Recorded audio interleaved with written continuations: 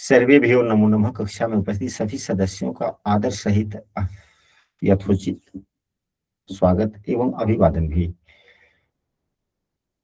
सभी सदस्य अपने अपने इष्टों का ध्यान करें। माता गायत्री के मंत्रों का एक बार उच्चारण अवश्य कर ले। साथ ही अपने प्रेरणा के स्रोत एवं अपने गुरुजनों को भी अंतर्मन से अभिवादन कर ले। हम लोगों के द्वारा प्रतिदिन बृहत्पराशर होरा शास्त्र पुस्तक का हम लोग अध्ययन करते हैं।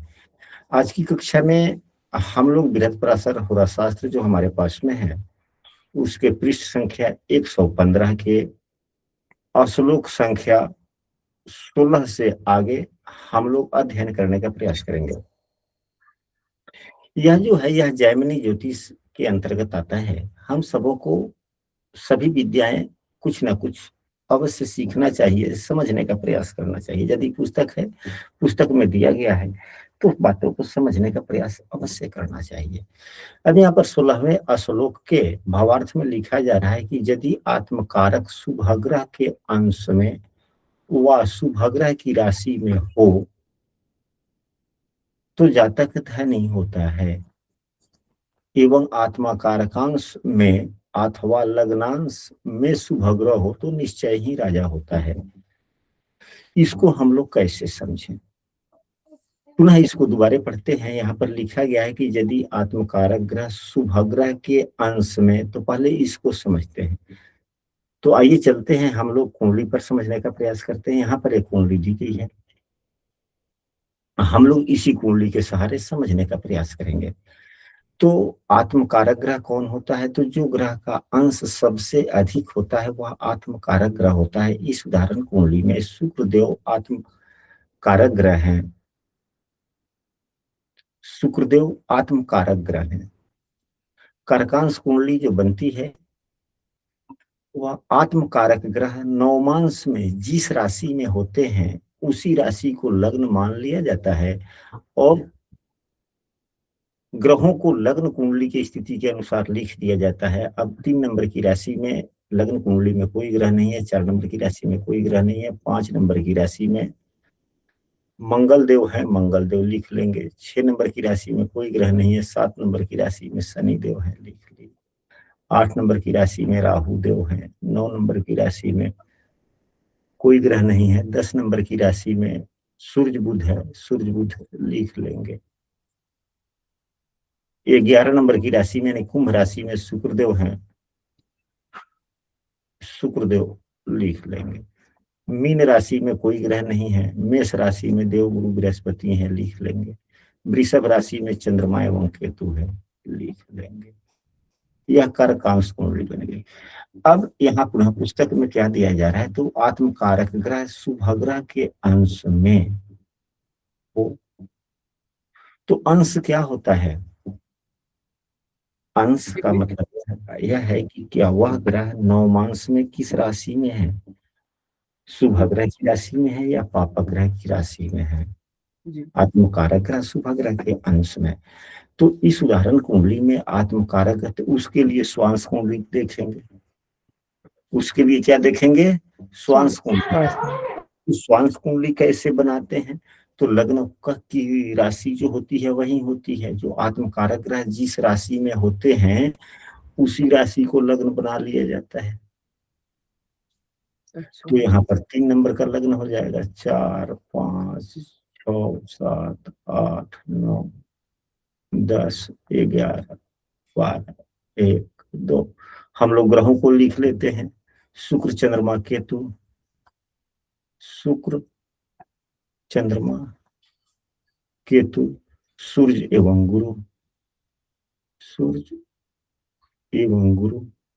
अब शनि देव वृश्चिक राशि में है, यहाँ पर लिख लिया जाए। राहु एवं मंगल धनु राशि में है, लिख लिए। बुध देव वृषभ राशि में है, लिख लेंगे। सभी ग्रह हो गए। अब कहा जा रहा है कि आत्मकारक ग्रह यदि शुभग्रह के अंश में हो तो आत्मकारक ग्रह को देखा जाए यहाँ क्या शुभग्रह के अंश में है या पापक ग्रह के अंश में है। तो यह आत्मकारक ग्रह मिथुन राशि में है। मिथुन राशि के स्वामी बुधदेव होते हैं, तो सामान्यतः तो यह शुभग्रह की राशि में होगा। परंतु क्या इस कुंडली में बुधदेव सुभग्रह का काम कर रहे हैं? तो इस कर्कांश कुंडली में देखें या लग्न कुंडली में देखें, बात एक ही है। तो देखते हैं तो बुधदेव सूर्य के साथ में है कर्कांश कुंडली में, जी, तो यह तो सुभग्रह अब बुधदेव नहीं हुए, नहीं हुए। नहीं हुए। तो आत्मकारक ग्रह सुभग्रह की राशि में नहीं है। यदि सुभग्रह की राशि में, यदि आपके या जिस व्यक्ति के सुभग्रह की राशि में होते हैं, जी, नवमांश कुंडली में या स्वांश कुंडली में, हम नवमांश कुंडली में भी देख सकते हैं कि नवमांश कुंडली में क्या हुआ यहाँ पे, जी, तो यह स्थिति अच्छी नहीं हुई। वह शुभग्रह की राशि में हो, वह शुभग्रह की राशि में हो। अब इसको कहाँ देखेंगे? ये तो अंश हम देखेंगे स्वांश कुंडली में या नवमांश कुंडली में। वह शुभग्रह की राशि में हो तो शुभग्रह की राशि हम कहाँ देखेंगे? तो कर्कांश कुंडली में देख लेंगे। कर्कांश कुंडली में क्या शुभग्रह की राशि में है?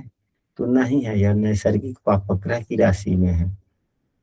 आत्मकारक ग्रह जो सबसे अधिक अंश जिस ग्रह का है, वह जी, यदि लग्न कुंडली में शुभग्रह की राशि में होता है, तो अब क्या फल है? विरक्त पराशर होगा शास्त्र में पढ़े, तो निश्चय ही जातक धनी होता है। धनी का मतलब यह है कि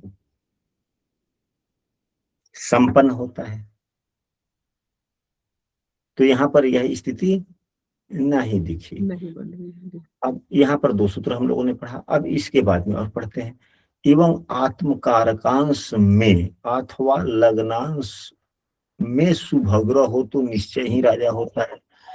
अब इसको कैसे समझेंगे? आत्मकारकांश में, तो आत्मकारकांश कौन हुआ? आत्मकारक ग्रह शुक्रदेव हैं, उनके अंश में आत्मकारकांश, जी, तो आत्मकारकांश आत्मकारक ग्रह के अंश में यदि शुभ ग्रह हो, अब आत्मकारकांश शुक्रदेव जी, का बनता है। तो हम्म, क्या शुक्रदेव के राशि में कोई शुभ ग्रह है? इस कुंडली में देखा जाए तो शुक्रदेव की राशि में 2 नंबर की राशि में चंद्रमा एवं केतु है, चंद्रमा केतु। जी, और 7 नंबर की राशि में शनिदेव है। शनि, तो शनिदेव तो आत्मकारकांश कुंडली आत्मकारक ग्रह की राशि में उच्चका ग्रह बैठा हुआ है। तो यदि पापग्रह ही है लेकिन उच्चका है, तो हम सबों ने जितना अध्ययन किया है उस अध्ययन के आलोक में हम लोगों ने यह पढ़ा है सभी पुस्तकों में, गुरुजनों से भी, कि कोई भी ग्रह अगर अपनी उच्च राशि में होता है तो सदैव अच्छे फल। अच्छे फल देता है। उसको शुभ ग्रह के समान ही समझना चाहिए। तो यह अच्छा हो गया। तो अब इससे क्या निष्कर्ष निकलता है? इससे यह निष्कर्ष निकलता है शनिदेव कर्तव्यशीलता, प्रोफेशन, मेहनत इत्यादि के कारक हैं। तो व्यक्ति अपने मेहनत के बल पे अपनी संपन्नता की ओर अग्रसर हुआ होगा, जी, क्योंकि आत्मकारकांश। जी, अब पुनः यहाँ तो समझे, अब कह रहा है कि अथवा लग्नांश में शुभ ग्रह हो तो निश्चय ही राजा होता है। तो लग्नांश का मतलब क्या हो गया कि नवमांश कुंडली क्या लग्न, नवमांश कुंडली क्या लग्न लग। ही लग्नांश कहा होता है। जिसको हम लोग ऐसे भी कह सकते हैं कि श्वांश कुंडली में यदि शुभ ग्रह हो, श्वांश कुंडली के लग्न में यदि शुभ ग्रह हो, ये जी, नहीं, स्वांस तो D7 हो गया ना सर? नहीं नहीं, श्वांश D7 नहीं, नहीं। देखिए, इसको हम लोग पुनः दोबारा समझे। यहाँ पर लिखा जा रहा है लग्नांश, जी, अथवा लग्न। लग्नांश में शुभ ग्रह हो, तो लग्न का अंश क्या होगा? तो लग्न का अंश नवमांश को अंश कहा जाता है, और प्रश्न के आलोक के में भी अंश कहा जाता है। यदि संतान से संबंधित प्रश्न हो तो सप्तमांश कुंडली का लग्न, वहां पे लग्नांश कहा जाएगा। यदि संतान से संबंधित प्रश्न हो तो सप्तमांश कुंडली का लग्न लग्नांश कहा जाएगा। जी यदि जी प्रश्न प्रोफेशन का हो, नौकरी का हो, तो वहां पे जो लग्नांश कहा जाएगा वह D10 का लग्न कहा जाएगा। यदि प्रश्न कोई सामान्यतः नहीं है, वैसे ओवरऑल आप देख रहे हैं, तो नवमांश कुंडली के लग्न को ही लग्नांश कहते हैं। जी जी नवमांश कुंडली यानी कि लग्न जिस नवमांश में भोग कर रहा है उसी को हम लोग कहते हैं। तो यहाँ पर देखा जाए कि लग्न जो है यह कन्या राशि की लग्न है, जी और लग्न का अंशात्मक मान 26-35 है, और नवमांश कुंडली का लग्न जो बना है वह सिंह राशि का है। सिंह राशि। तो क्या सिंह राशि में कोई नैसर्गिक पापक ग्रह है, नैसर्गिक शुभ ग्रह है? तो नहीं है। यहाँ पर नहीं, मंगल, यहाँ पर मंगल मंगल मंगल देव हैं, तो यह भी नहीं हुआ। यानी कि हम ऐसे कह सकते हैं कि ओवरऑल व्यक्ति उन्नति तो किया होगा, लेकिन काफी मेहनत, क्योंकि शनिदेव हैं जी आत्मकारक ग्रह के राशि में। आत्मकारक का भी पुनः हम लोग पुस्तक का अवलोकन करते हैं। यहाँ पर लिखा जा रहा है कि आत्मकारकांश में अथवा लग्नांश में शुभ ग्रह हो तो निश्चय ही राजा होता। तो यहाँ पर तो शुभ ग्रह है नहीं, धन का कारक है नहीं, गुरु शुक्र है नहीं, है तो नहीं शनि। तो शनि जी तो पापक ग्रह है, तो यहाँ जी पर यह सूत्र लागू नहीं हुआ। परंतु वह शनि उच्चिका है, इसलिए लागू हो गया। तो उच्चिका है तो शनि मेहनत करवाते हैं, शनि सेवक है, सेवा वृत्ति है। तो व्यक्ति अपने परिश्रम, सेवा वृत्ति से अपने जीवन में अपने दुखों को पर विजय पाने का और समृद्धि की तरफ चलने का काम इन्होंने किया होगा, ऐसा हम सभी कह सकते हैं। कह सकते हैं, समझ सकते हैं। या यदि यह बच्चा छोटा है तो आने वाले दिनों में जब वह वयस्क होगा तो हम कह सकते हैं कि व्यक्ति संपन्न होगा, कहीं से कोई होगा। दिक्कत नहीं है, लेकिन मेहनत करेगा सब कुछ सफल से। अपने बस ड्यूटी पर, यानी कि समय की प्रतिबद्धता, रूटीन पालन, कर्तव्यशीलता इत्यादि यदि इस बच्चे में है, अगर बच्चा छोटा है तो हम कह सकते हैं कि यदि कर्तव्यशीलता, ईमानदारी, प्रतिबद्धता, सेवा भाव इत्यादि है, तो जीवन में इसको काम का और पैसे की या सुख का कोई कमी नहीं नहीं रहेगी। नहीं रहेगा, ऐसा हम सभी कह सकते हैं। तो क्या आपने यह जो 16वां श्लोक हम लोगों ने अध्ययन किया, क्या आप आरती जी इसको सही ढंग से पूरा आप समझ पाए जी या नहीं? समझ गए समझ गए समझ गए। तो समझ गए थे, तो इसको आप अपने शब्दों में क्या दोहराएंगे? जी हाँ, दोहराइए। ये लगन कुंडली के जो भी आत्मकारक ग्रह बनते हैं, और जिस कार्य के लिए हम कुंडली देख रहे हैं, उस वर्ग के लग्नांश में अगर शुभ ग्रह हैं तो हमें अच्छा रिजल्ट देंगे। मेहनत करना होगा उसके लिए, और एक नियम तत्परता के साथ भविष्य में अच्छे रिजल्ट देंगे। चलिए ठीक है। इसके बाद में नीलम जी का भी कैमरा खुला हुआ है, क्या नीलम जी आप इसको बतला सकती हैं कि कैसे इसको हम लोग समझें? इसको समझने के लिए तो कोई विशेष जैमिनी ज्योतिष का ज्ञान होना आवश्यक नहीं है ना? नहीं आचार्य जी। तो क्या आप इसको सही ढंग से समझ पाए? हाँ, जिस हिसाब से मैं समझ पाई हूँ वो ये है कि जो आत्मकारक ग्रह है वो अगर उस मतलब जिसमें आत्मकारक ग्रह है, अगर उस राशि में अंशात्मक तौर से सब मतलब जैसे हमने जो कुंडली देखी, जो हमारे पास उदाहरण कुंडली है उसमें शुक्र था, तो शुक्र की जो 2 राशियां होती हैं, 2 नंबर और 7 नंबर, अगर उनमें कोई शुभ ग्रह है, नैसर्गिक शुभ ग्रह है, तो वो अपने शुभता में और बढ़ोतरी करेगा। और अगर उसमें नहीं है तो व्यक्ति को अपने परिश्रम से अपने लिए धनार्जन वगैरह वो करना पड़ेगा। हाँ, यदि पापग्रह है और अच्छी स्थिति में है तो, अगर पापग्रह भी हो अगर अच्छी स्थिति में नहीं हो तब तो समस्याएं, संघर्ष जीवन भर आना ही है। जी जी जी जी चलिए गुरुजी यदि प्रणाम। थोड़ा सा इसके बारे में तो पूछना चाह रहा था।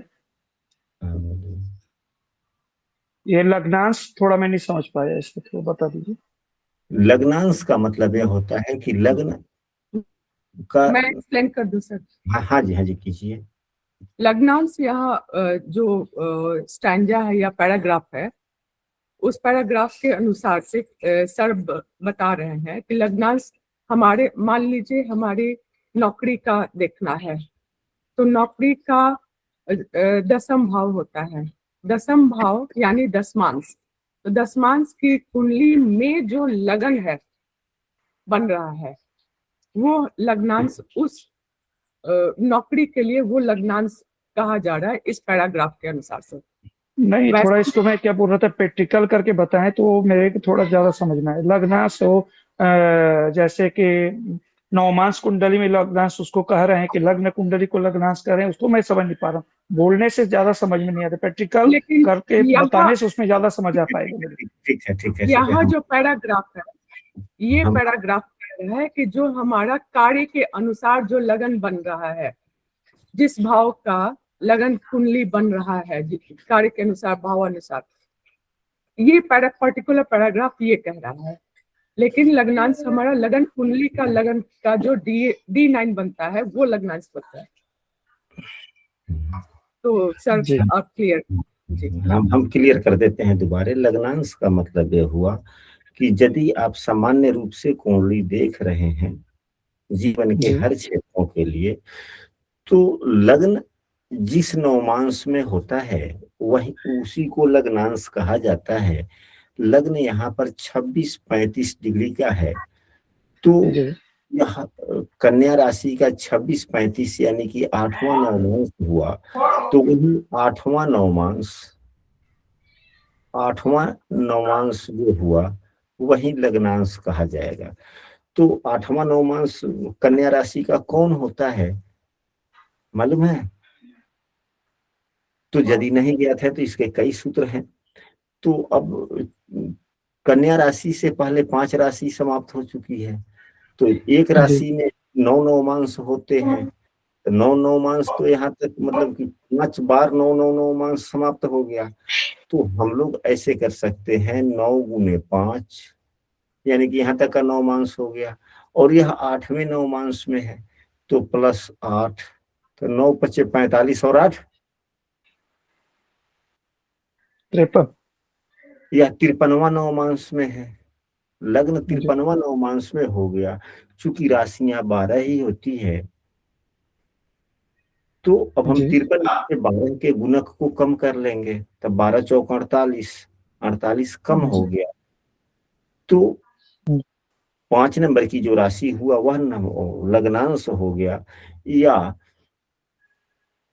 नवमांश कुंडली का जो लग्न का जो राशि होता है वही लग्नांश होता है। जी, नवमांश कुंडली का जो लग्न होता है वही लग्नांश होता है। जी, ये समझ पाएंगे। स्पष्ट हो गया? जी गुरु जी। चलिए, अच्छी बात है।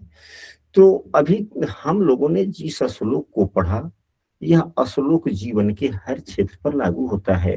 हम सबों को लगाना चाहिए। हम सब यदि इसको समझने का प्रयास करना है, ज्योतिष विद्या में तो विद्वान कोई नहीं हो सकता जल्दी, हाँ समझने का हम सभी प्रयास कर सकते हैं। तो इसको अगर हम नौकरी के लिए देखते हैं, तो यदि लग्नांश में, लग्न के अंश में है तो वह तो स्पेशली वैवाहिक जीवन के लिए हो गया, और यहाँ धनी कह रहा है यानी कि वैवाहिक जीवन सुखी होने की संभावनाएं हैं। लग्न नवमांश कुंडली के लग्न में यदि शुभग्रह है, लग्नांश में यदि शुभग्रह है, तो नवमांश कुंडली के लग्न में शुभग्रह हो गया, तो वैवाहिक जीवन सामान्यतः अच्छा होने की संभावना है। अब वहीं अगर लग्नांश में अगर प्रश्न नौकरी का हो कि नौकरी या अस्थाई आय होने का या अस्थाई कोई काम लगने की संभावनाएं बनती है कि नहीं बनती है, तो लग्नांश D10 कुंडली का लग्न हो जाएगा। तो D10 कुंडली के लग्न में यदि शुभग्रह हो तो सामान्यतः अस्थाई काम लगने की संभावनाएं बनती है। इसको हम लोग जीवन के हर क्षेत्र पर लगा सकते हैं। अब सामान्यतः अगर लग्न कुंडली के लग्न में अगर शुभग्रह होता है तो सामान्यतः हम लोग यही कहते हैं कि हाँ, व्यक्ति का जीवन सामान्यतः ओवरऑल सुखी व्यतीत होगा, ठीक ठाक होगा, बुद्धि विचार सब कुछ ठीक होंगे। ऐसा हम लोग मानते हैं कि नहीं मानते हैं? जी मानते हैं। अब लग्नांश में शुभग्रह हो तो निश्चय ही राजा होता है। तो राजा का मतलब क्या हुआ? किसी भी प्रकार की समस्याएं नहीं। तो नवमांश कुंडली के लग्न में ही अगर शुभग्रह हो तो क्या वैवाहिक जीवन खराब होने की संभावनाएं बनती है क्या? अगर है भी, नहीं बनती है। अगर बुरे योग कुंडली में है भी तो बुरे योग निष्प्रभावी हो जाते हैं या कम हो जाता है। हालांकि यह श्लोक हम लोगों ने पूर्व की कक्षा में भी इसकी विवेचना की थी, लेकिन हमें लगा कि हम संतुष्ट नहीं हो पाए, जो सामने लोग जो सदस्यगण हैं उन्हें अच्छे से नहीं समझ में आया। चलिए अब हम लोग 17वें श्लोक को पढ़ते हैं। यदि उपग्रह शुभग्रह के अंश में हो अथवा अपनी उच्च राशि या अपनी शुभग्रह की राशि में हो, पापग्रह के दृष्टि योग से रहित हो तो अंत में मोक्ष की प्राप्ति होती है। मोक्ष का मतलब क्या होता है? अमरता, अमरता जी। स्वर्ग में जाना। विरक्ति से अमरता पाना। हाँ, इसको हम लोग ऐसे शब्दों का उपयोग करें जो जीवन के हर प्रश्नों के अनुकूल बैठ जाए।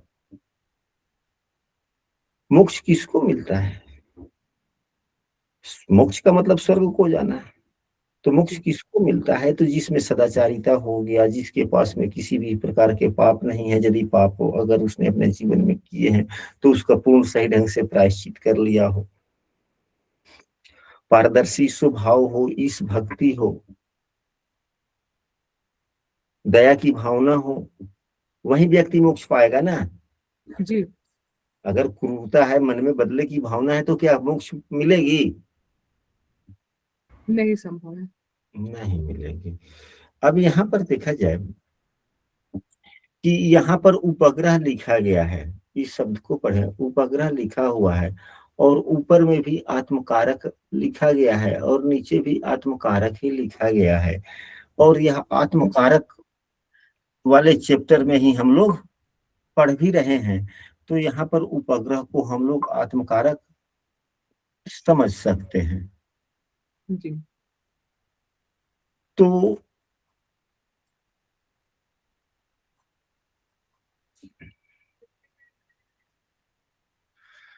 यहाँ पर लिखा जा रहा है उपग्रह शुभग्रह के अंश में हो अथवा अपनी उच्च राशि या अपनी राशि के शुभग्रह की राशि में, मतलब पूरा पढ़े, यदि उपग्रह शुभग्रह के अंश में हो। कहने का मतलब ये है कि यदि आत्मकारक ग्रह नवमांश कुंडली में या स्वांश कुंडली में, नवमांसी कुंडली माने हम लोग वैदिक ज्योतिष पढ़ते हैं, आगे पढ़ेंगे तो उसी पर। तो यदि आपकी कुंडली का या जिस व्यक्ति के कुंडली का जो सबसे अधिक अंशों वाला ग्रह है, वह ग्रह शुभग्रह के अंश में हो, यानी कि नवमांश कुंडली में कहाँ हो? तो शुभग्रह की राशि में हो। तो यहाँ पर शुभग्रह की राशि में नहीं है, ये तो बुधदेव की राशि में है जो पापत्व गुण वाले हैं, नहीं हुआ। अथवा अपनी उच्च राशि में हो। जी। तो यहाँ पर देखा जाए कुंडली में जो शुक्रदेव जो आत्मकारक ग्रह है अपनी उच्च राशि में भी नहीं है, ये तो कुंभ राशि में है। जी। यह भी ठीक नहीं हुआ। अब इसके अगला शब्द समझने का प्रयास करें, या अपनी राशि के शुभग्रह की राशि में हो। अपनी उच्च राशि में हो या अब अपनी राशि के शुभग्रह कौन कैसे कहा? तो अपने स्वराशि में हो, अपने स्वराशि में। हाँ, यानी कि आत्मकारक ग्रह उच्च राशि में हो या अपने स्वराशि में हो तो ठीक। पापग्रह की दृष्टि और योग से रहित हो तो अंत में मोक्ष की प्राप्ति होती है। अब इसको हम लोग लग्न कुंडली पे कैसे देखें? तो यदि आत्मकारक ग्रह, जो आत्मकारक ग्रह होता है वह लग्न का प्रतिनिधित्व करता है, यदि वह लग्न कुंडली में अपनी उच्च राशि में हो, अपने स्वराशि का हो, तो अच्छा फल है। और पापग्रह से दृष्टि विहीन हो, पापग्रह से युक्त ना हो, तो मोक्ष की तरफ, यानी कि स्वभाव को आप जान सकते हैं। तो जी यहाँ जो शुक्रदेव है आत्मकारक ग्रह, वह मंगल से दृष्ट है। जी मंगल अष्टमेश एवं तृतीयेश भी है। तृतीय से जी तो भाव से पापग्रह है भी हैं और क्रूर ग्रह की राशि में भी बैठे हुए हैं। तो यह सूत्र यहाँ पर लागू नहीं नहीं हो। अब यही चीजें हम लोग अन्य प्रश्नों पर भी लगा सकते हैं। अब बुद्धि विवेक की बात अगर आती है कि व्यक्ति की बुद्धि विवेक काफी अच्छा होगा या कुछ कमजोर होगा, किस प्रकार का होगा, तो पंचम भाव के जो कारक ग्रह बनते हैं जैमिनी ज्योतिष से, जिसे पुत्र कारक कहा जाता है, जिसे आत्मकारक है। आत्मकारक, तो वह हो गया लग्न का प्रतिनिधित्व जो करता है वह आत्मकारक हो गया। धन कारक जो उससे जो कम अंशों का होता है वह दूसरे भाव का प्रतिनिधित्व करता है। उससे जी तीसरे नंबर पर जो सबसे अधिक होता है वह भ्रातृ कारक होता है। ठीक है जी चौथे नंबर पर जो होता है वह मातृ कारक होता है। मातृकारक जी पांचवें नंबर पर जो होता है वह पुत्र कारक या जी बुद्धि कारक या पंचम भाव का कारक हो गया। और छठे नंबर पर जो होता है वह ज्ञाति कारक, यानी कि लड़ाई झगड़ा करवा ठीक देता है है। और सातवां जो है पत्नी या पति का कारक। ठीक है जी बुद्धि बुद्धि कैसा हुआ, तो हम लोग देखेंगे पांचवें नंबर पर कौन ग्रह है। इस उदाहरण कुंडली में पांचवें नंबर पे बुधदेव बनते हैं। नहीं नहीं, पांचवें नंबर पे बुधदेव बने हैं। तो बुधदेव यदि लग्न कुंडली में, यदि लग्न कुंडली में अगर जी अच्छी स्थिति में है, अपने उच्च राशि में है, स्वराशि में है, तो विद्यापति, तो विवेकशीलता काफी अच्छी होगी। जी अगर नवमांश कुंडली में भी अगर उच्च के हैं, अपने स्वराशि में है, तब भी विद्या बुद्धि अच्छी होगी। जी यहाँ कारकांश कुंडली को लग्न कुंडली माना जाए और स्वांश कुंडली को नवमांश कुंडली समझा जी जाए। यह विषय वस्तु नया है, थोड़ा समझना डिफिकल्ट तो नहीं है, आसान है, लेकिन हम यदि समझना चाहें तब तो समझने के लिए अपनी कुंडली अवश्य बनाकर रखें सामने। जब आप अपनी कुंडली बना के रखेंगे तो विषय वस्तु ज्यादा समझ में आएगा। अगर आप अपनी कुंडली साथ में बना के नहीं रखते हैं तो समझ में आना थोड़ा कम हो जाएगा। अब इसके बाद में हम लोग चलते हैं। अच्छा, यह जो 17वां श्लोक हम लोगों ने पढ़ा, क्या आप आरती जी समझ पाए या नहीं समझ पाए? सर उतना नहीं समझ रहे सर, फिर से एक्सप्लेन कर देते हैं। अच्छा, नीलम जी आप समझ गए? हाँ, समझ गए सर। तो हम आपसे यह पूछना चाहते हैं कि अगर घर के सुख के बारे में देखना है, मन के सुख के बारे में देखना है, माता के सुख के बारे में देखना है, तो इस सूत्र को हम लोग कैसे उपयोग करें? तो हाँ, तो आचार्य जी हम मात्र कारक को देखेंगे, मातृकारक क्योंकि वो हमारे चौथे भाव, जैमिनी ज्योतिष से चौथे भाव को प्रदर्शित करता है। हमें मात्र कारक के उससे देखने से पता चलेगा कि मात्र कारक हमारा कैसा है, उच्च राशि में है, अपने घर स्व राशि का है, या किसी शत्रु में है, या किसी नीच या मतलब क्रूर ग्रह से दृष्ट है, तो उस हिसाब से हम उसका आकलन करेंगे। हाँ जी, हाँ जी, दैट्स ऑल, ठीक है। अब इस उदाहरण कुंडली में जो चौथे नंबर पर जो अंशात्मक मान से जो ग्रह बन रहे हैं वह है चंद्रमा। जी वह है चंद्रमा। चंद्रमा। क्या चंद्रमा स्वांश कुंडली देखना चाहिए? तो स्वांश कुंडली का मतलब वही हुआ नवमांश कुंडली। तो चंद्रमा कहाँ है? मिथुन राशि में है। चंद्रमा मिथुन राशि। तो बुध देव चंद्रमा को शत्रु मानते हैं। जी यहां भी बुध देव सूर्य के साथ में है, केतु से दृष्ट है। हालांकि केतु से दृष्ट हम कैसे कह सकते हैं, यह तो स्थिर राशि है। जी 2 नंबर की राशि स्थिर राशि है, और यह 10 नंबर की राशि चर राशि है, तो स्थिर राशि चर को देखती है। तो यहाँ पर यह भी देखा, जी मंगल भी देख रहा है स्थिर राशि से चर राशि में, राहु भी देख रहा है। तो यहाँ पे तो 3-3 4-4 पापक ग्रह देख रहे हैं, अगर राशियों की ही दृष्टि ली जाए तो। क्योंकि जी स्थिर राशियां अपने से पिछली चर राशि को छोड़कर से सभी चर राशियों को देखती है। तो यहाँ पर तो राहु से भी दृष्ट हो गया, मंगल से भी दृष्ट हो गया, केतु से भी दृष्ट हो गया। तो क्या घरेलू या मन की शांति या घरेलू जीवन इस व्यक्ति का उतनी अच्छी नहीं होगी, उतनी अच्छी नहीं होगी। नहीं होगी। कोई ना कोई चिंता होता ही रहेगा।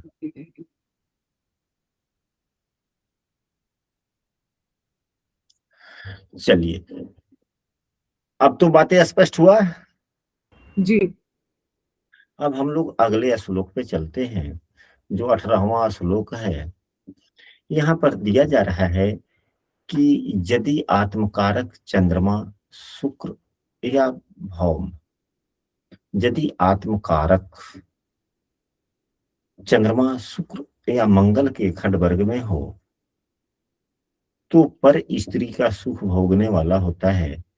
उपयुक्त फलों में मिश्रित ग्रह शुभ और पाप दोनों का संबंध हो तो मिश्रित फल, विपरीत हो तो विपरीत फल कहना चाहिए। देखिए, यह जो बातें दी गई कि पर स्त्री, यह पर पुरुषों पर भी लागू होता है, महिलाओं पर भी लागू होता है, परंतु ऐसे ऐसे फलादेश देश काल परिस्थिति पर भी निर्भर करता है कि वह किस समाज में बिलोंग कर रहा है, घरेलू स्थिति क्या है, उनके माता पिता का स्वभाव कैसा है, घरेलू जनजीवन कैसा है। यदि और वह व्यक्ति रह रहा है किस परिवेश में, जी इस प्रकार के अगर योग बनते हैं और जिसके पिता ही या घर के लोग ही मन चला स्वभाव के हों या उसके मित्र मंडली ही मन चला स्वभाव का हो, तो यह योग उस पर फलित हो जाएगा। परंतु यह योग भी हो और घरेलू संस्कार, बुद्धि, विवेकशीलता सब अच्छे हो, तो फिर क्या हो जाएगा, व्यक्ति काफी मजाकिया हो जाएगा। व्यक्ति क्या हो जाएगा, मजाकिया हो जाएगा। मजाकिया हो जाएगा। क्योंकि परिस्थितियां, माहौल भी तो निर्भर करता है ना। जी करते हैं। अब यहाँ पर कहा जा रहा है कि खडवर्ग में हो तो खडवर्गीय कुंडली जो होती है, उसमें कौन कौन से कुंडली होता है खडवर्ग में?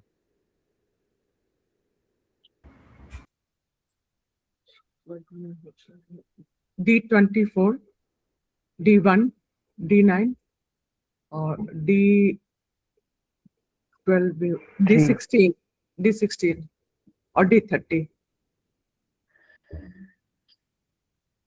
अभी हम लोगों ने पढ़ा था, अभी हम लोगों ने पढ़ा भी था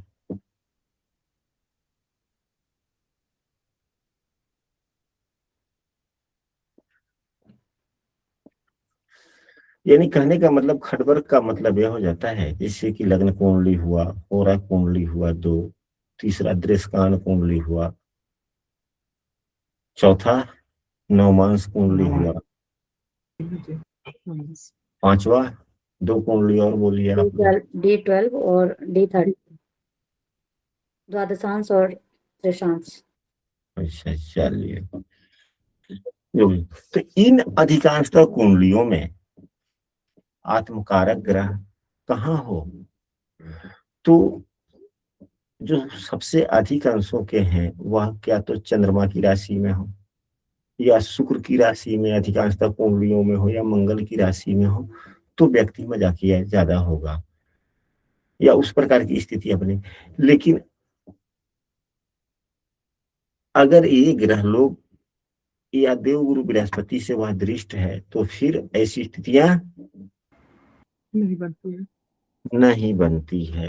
इस बात को भी हम सबों को समझना चाहिए। यदि नहीं समझते हैं तो यह हम सबों की भूल ही कही जाएगी।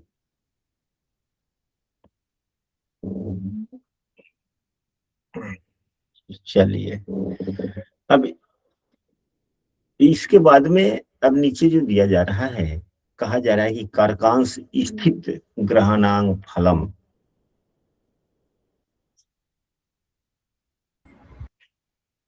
जी इसको हम लोग कैसे समझें? यहाँ पर लिखा जा रहा है कि अब सूर्यादि ग्रहों का फल आत्मकारक अंश के अनुसार से कह रहा हूं। आत्मकारकांश में, अब आत्मकारकांश कौन हो गया? अभी तो हम लोगों ने लग्नांश समझा था। आत्मकारकांश क्या हुआ? तो आत्मकारक ग्रह जो बनते हैं, जो सबसे अधिक अंशों वाले ग्रह हैं, वह आत्मकारक ग्रह हुआ। उनके अंशों में, यानी कि नवमांश कुंडली में आत्मकारक ग्रह की राशि में, या स्वांश कुंडली में आत्मकारक ग्रह की राशि में, बात एक ही है। स्वांश कुंडली नवमांश कुंडली यही जैसा होता है, कोई अंतर नहीं है। केवल इसका लग्न बदल जाता है। जिसका अंश सबसे अधिक होता है वह जिस राशि में होता है उसी राशि को लग्न बना लेते हैं, बस नवमांश कुंडली। बात बाकी जो कहते हैं उसे स्वांश कुंडली कहा लेते हैं। तो अब उदाहरण स्वरूप यहाँ पर देखा जाए कि अभी हम लोगों ने पढ़ा कि यदि आत्मकारकांश में सूर्यदेव हो, तो अब आत्मकारकांश यहाँ शुक्रदेव हुए, तो इनके अंश कौन कौन हुए? 2 और 7 ही हुए ना। आत्मकारक ग्रह का अंश कौन हुआ? आत्मकारक का, और आत्म शुक्र है और है तो 2, हाँ 2-7 2 7। यदि इस राशि में अगर सूर्यदेव हैं यहाँ या यहाँ, तो यह पुस्तक जो कहा जा रहा है कि आत्मकारकांश में बलवान सूर्य हो, तो जातक अवस्था के आदि और अंत में राज्य कर्मचारी होता है। यानी कि आत्मकारक जो सबसे अधिक अंशों वाले जो आपके ग्रह हैं, जी वह ग्रह की जो राशि बनती है, उस राशि में नवमांश कुंडली में यदि सूर्यदेव हैं जी और अच्छी स्थिति में हैं, तो व्यक्ति को, अब यहाँ पर राज्य कर्मचारी आदि मतलब कि शुरू और अंत मतलब कि अंत, यानी कि, और राज्य कर्मचारी कहने का मतलब होता है अस्थाई नौकरी, अस्थाई आय, या सरकारी नौकरी भी। अन्य सूत्र भी अगर लग रहे हैं तो एक सूत्र यह भी जुड़ जाएगा सरकारी नौकरी के योग में, जी यानी कि सरकारी नौकरी होने के योग में। या नहीं तो कम से कम सरकारी नौकरी का मतलब क्या होता है, इसको दूसरे परिभाषा में समझना चाहिए हम सबों को कि अस्थाई आय। बातें स्पष्ट हुई? जी अब इसके बाद में दूसरे सूत्र को हम लोग पढ़ते हैं। यही आत्मकारकांश में पूर्ण चंद्रमा हो और शुक्र से देखा जाता हो तो आयु लंबी होती है और विद्या द्वारा जीविका चलती है। यानी कि आत्मकारक के अंश में चंद्रमा हो। इसको कैसे समझेंगे? इस श्लोक को हम लोग समझ लेते हैं और फिर इसके बाद में हम लोग 22वें श्लोक से कल की कक्षा में पढ़ेंगे। तो आत्मकारकांश में यदि पूर्ण चंद्रमा हो, यानी कि नवमांश कुंडली में, जी तो देखेंगे आत्मकारकांश जो लग्न कुंडली का जो सबसे अधिक अंशों वाला ग्रह है, उसकी राशि में नवमांश कुंडली में यदि चंद्रमा हो और वह क्या हो, तो यहाँ पर लिखा गया पूर्ण चंद्रमा हो, तो कहने का मतलब हो चंद्रमा शुभ हो, क्षीण नहीं हो। तो यहाँ पे चंद्रमा तो यहाँ कैसे देखेंगे, फिर स्वांश कुंडली में या नवमांश कुंडली में नहीं देखेंगे, हम लोग लग्न कुंडली में देखेंगे कि चंद्रमा शुभ है या नहीं है। तो यहाँ पे इस उदाहरण कुंडली में चंद्रमा क्या शुभ है या नहीं है? चंद्रमा यहाँ पे जी नहीं है गुरु जी, केतु के साथ नहीं, केतु के वो एक्सिस। केतु, चंद्रमा सदैव सुभद्रा होता है, अंश बल से या पक्ष बल से या कलाओं से शुभ है ना। शुक्ल जी हाँ। सूर्य से आगे चंद्रमा है, शुक्ल जी। पक्ष का चंद्रमा है और जी। सूर्य से 5वें भाव में है। अब जी। 1 2 3, हालांकि तिथि भी यहीं से निकाली जा सकती है। 3 का मतलब क्या हुआ, 3 में 2.25 से गुना कीजिए तो 3 दूना 6 और फिर वो तो 6.25 हो गया। यहाँ भी है, यहाँ भी है। चंद्रमा का अंशात्मक मान 16 है, 26 है, तो 16 अंश तो ये हो गया। 12 अंश की एक राशि होती है 4 और 6 10, यानी कि 2 तिथि और आगे, यानी कि लगभग कहाँ हो गया, ये तो 10वीं के आसपास का 9वीं 10वीं का चंद्रमा होगा, वो भी शुभ पक्ष का हो गया, तो शुभ ही कहेंगे ना, शुभ चंद्रमा है। और यह शुभ चंद्रमा यदि आत्मकारक ग्रह जो बनते हैं आपके कुंडली के, उनकी राशि में यदि वह नवमांश कुंडली में है तो व्यक्ति को लंबी आयु देते हैं। और यदि वह चंद्रमा अगर शुक्र से देखे जाते हो तो उत्तम बात है। सर या लगन कुंडली में चंद्रमा है जहाँ चंद्रमा शुभ है या शुभ है, लग्न कुंडली से देखेंगे, शुभ है जी। और वही जाके नवांश में भी उसी राशि में बैठते हैं, उस राशि में नहीं, आत्मकारक ग्रह की राशि में। अच्छा, आत्मकारक ग्रह जी, ठीक। हाँ, आत्मकारक ग्रह, अब इस में आत्मकारक ग्रह शुक्र है, इसलिए तो आप लोग इस सूत्रों को, जब यह पुस्तक है बहुत गूढ़ पुस्तक है और बहुत ही इसको सावधानी से पढ़ना होता है। यदि हम पढ़ रहे हैं तो बच्चे अच्छे से पढ़े और अपनी कुंडली साथ में जरूर रखें। यहाँ जो बोर्ड पर जो दिखलाया जा रहा है उसको नहीं, हमारी बातों को सुने और उन सूत्रों को आप अपने कुंडली पे लगाएं। फिर यदि नहीं समझ में आता है तो फिर उसी समय पूछें।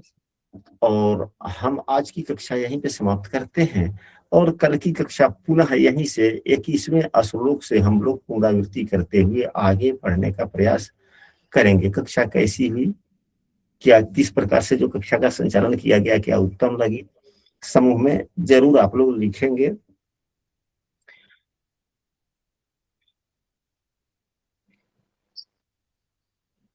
यदि किसी सदस्य को कोई बातें न समझ में आई हो तो अपनी बात रख सकते हैं, पूछ सकते हैं।